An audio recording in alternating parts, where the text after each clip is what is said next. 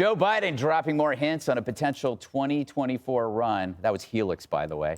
But he better watch his back. One House Democrat claims hundreds of Dems think it's a mistake, but they can't say it out loud. Or as he puts it, quote, believe me, there are literally hundreds in Congress who would say the same thing, but they simply won't bleeping say a word. Dana, I don't, what do you think that word was that we bleeped? I don't know. Oh, I don't know. Can you tell me in the commercial break? Yes. But to hell with that. Biden seems to be going full speed ahead and even testing out his 2024 message at a Democrat retreat. If we did nothing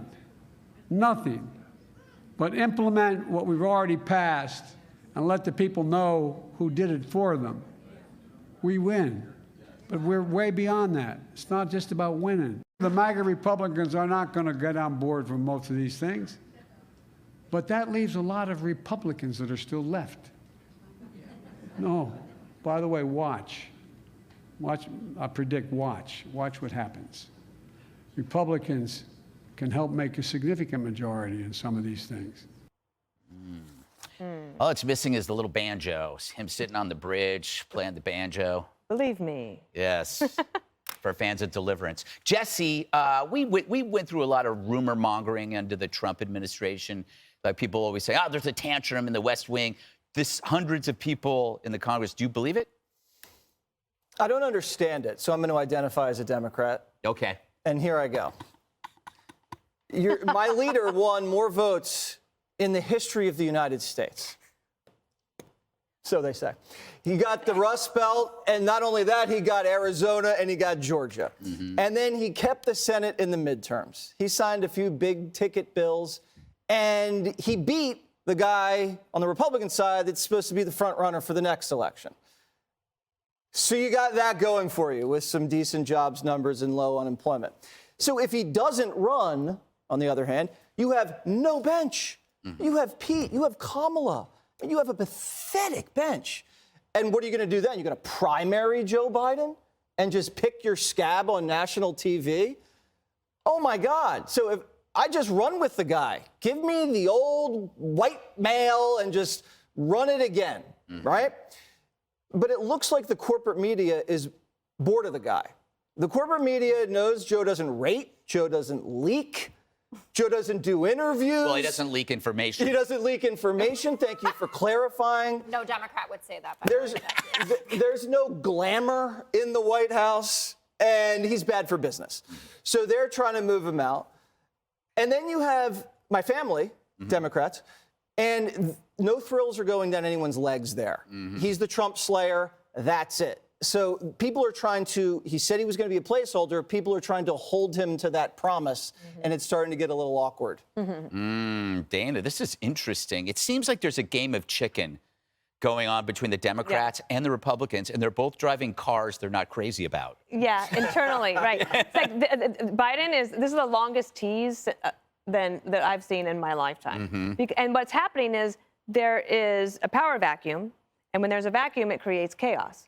So because he hasn't announced yet, and he's like, I guess maybe they want to have some big rollout in April or something. They have the first lady on a foreign trip sneaking into an interview that he's going to run. That was obviously a tell. They give a speech at the State of the Union where he says, we're going to finish the job. 17,000 times in one speech he said finish the job. So that was a tell.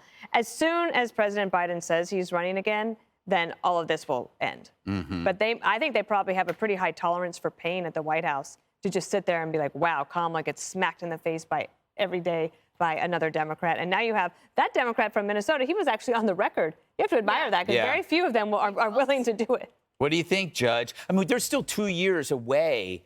Is this too? I mean, we see how Joe doesn't look. He's not operating at top form. But look, the person who knows best, Jill. Yeah. She'll get him better. She'll walk him around, and she'll make sure that when he's on stage, he faces the right direction. We can all be comfortable that Joe's going to be just fine. And the truth is that he's going to say he's going to run. No one's going to tell him not to run. He's just going to say it, and that's going to be the end of it. The question is, what's going to happen in the next 2 years? How is he going to behave? Are Americans going to feel better or worse? If inflation is, still a problem and gets worse, and 80% or 70% of the country country thinks we're going in the wrong direction, then the question is, when they look at two candidates, and there's so much that's left in terms of, who are the two going to be? Who are they going to be? And then Americans will decide. But I can't imagine he doesn't just disintegrate a little more over the next 2 years. I don't understand half of what he says. Yeah, neither does he. Jessica, do you get the feeling that it's going to be a 2020 replay? Increasingly. Yeah. Yes, I think the last week has felt very pro-Trumpy. I mean, there were a bunch of polls that came out that showed that where DeSantis had been kind of gaining, now he's taken it back. And we do know that his primary base is his base, right? That 25 to 30%. And they show up to vote. So they're going to have to be organized. Whatever the opposition is to him has got to get that in order. It can't be the 16 people up on stage because everyone's going to take a couple percentage points and then you're going to have Trump again if that is what the party doesn't think is good for them. And we saw Mike Pence was interviewed today or yesterday and said, I don't think he's going to be the nominee when he was asked if he was going to support him.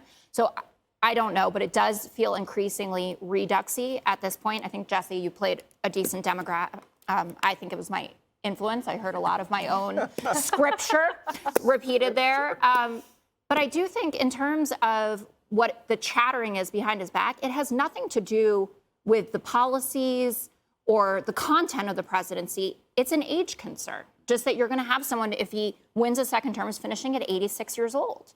And that's old, right? This isn't one of those questions like, what exactly are you worried about? That people naturally slow down. This is a high energy job, and it has to be. And he still is. I mean, to your point, Judge, where he's out of his prime? Yeah, actually. Men can be out of our prime? Yes. I thought it was only women. Never. But the State of the Union, which he was getting a lot of compliments even from people on the Republican side, huge energy, great delivery, and then he spent an hour and a half afterwards working the rope line, talking to everyone, taking selfies. That wasn't a man who needed to be put to bed by his wife. You sound like a proud mom after the baby just had a boom boom. No, he was trying to figure out where the exit Leo was. is completely regular. Everything is fine. He made it all the way to the toy. I'm sorry. But I'm not sorry. Right, I'm not that's the problem with your apology. You're making me nervous that you're going to follow. I know, I should stop doing that. No, please continue. Yeah. All right. Hi, everyone. I'm Brian Kilmeade. I want you to do me a favor. I want you to click to subscribe to the Fox News YouTube page. This is the only way that I know for sure that you're not going to miss any great commentary, any great news bites, any great interviews coming your way on Fox. You can get it all here on YouTube. So subscribe right now.